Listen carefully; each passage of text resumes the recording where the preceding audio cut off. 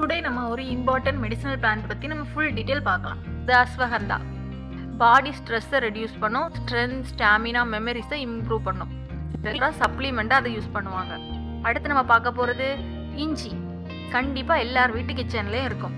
Gold, இருமலுக்கு ஒரு natural medicine. Stomach upset ஆனாலும், digestive பிரச்சனை வந்தாலும் இந்த இஞ்சி நமக்கு ஹெல்ப் பண்ணும். ஃப்ரெஷ் இஞ்சி டீ குடிச்சிட்டு வந்தால் இம்யூனிட்டி பூஸ்ட் ஆகும். ஆன்டி இன்ஃப்ளமரி ப்ராப்பர்ட்டிஸ் இருக்குது. அடுத்து நம்ம பார்க்க போகிறது நெல்லிக்காய். வேர்ல்டுலேயே ரொம்ப ரிச்சான விட்டமின் சி இருக்கக்கூடிய சோர்ஸே நெல்லிக்காய் தான். ஹேர் க்ரோத்துக்கு ஒரு பெஸ்ட்டான ஒரு சாய்ஸ் நெல்லிக்காய். ஸ்கின் பிரைட்டாக ஹெல்ப் பண்ணும், டைஜஸ்டிவ் இம்ப்ரூவ் பண்ணும், டெய்லி சாப்பிட்டா இம்யூனிட்டி ஸ்ட்ராங்காக இருக்கும். அடுத்து நம்ம பார்க்க போகிறது கார்லிக். இதுவும் நம்ம வீட்டு கிச்சனில் கண்டிப்பாக இருக்கும். இதுக்கும் கண்டிப்பாக ஹெல்த் பெனிஃபிட் இருக்குது.